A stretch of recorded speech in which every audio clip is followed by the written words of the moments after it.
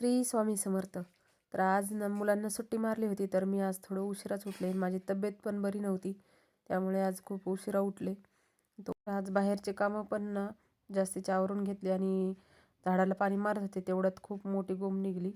तर हर्षूने ना ती गोम मारली, झाडांना पाणी मारून घेतलं. मग आमचे छोटे सरकार काही उठतच नाहीत लवकर, तर त्यांना उठवण्यात थोडासा वेळ गेला. सुट्टी मारली की मुलं खूप उशिरा उठतात. उठवलं, चहा पिला. ना मला बदामाचं झाड तोडायचं होतं. तोडण्यासाठी हर्षूने वरतून पाईप टाकला आणि बदामाचं झाड एवढं ठिसूळ असतं की लगेच तुटून जातं. मी दोघांनी आज झाड तोडलं. तोडू वाटत नव्हतं, पण खाली झाडांना सावलीमुळे काही येतच नव्हती, त्यामुळे तोडावंच लागलं. लावल्याचेही खूप फायदे आहेत आणि आमच्या जांबाच्या झाडाला एवढे गोड जांब आहेत ना, तर खूपच गोड जांब आहेत. इतके हर्षूने पाडले आणि आम्ही नंतर सर्वांनीच एवढे जांब निघले होते तर खाल्ले आम्ही सर्वांनी. खूप गोड जांब आहेत.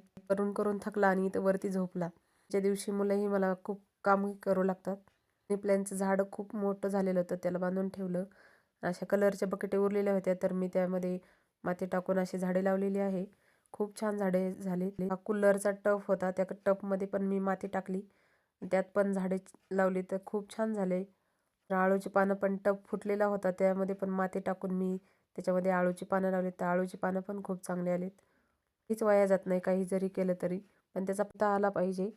झाडाला ना गोमूत्रानं शिंपडते, कीटकनाशक होत होत नाही. निसर्गाचाही खूप पुरेपूर फायदा घेता येतो.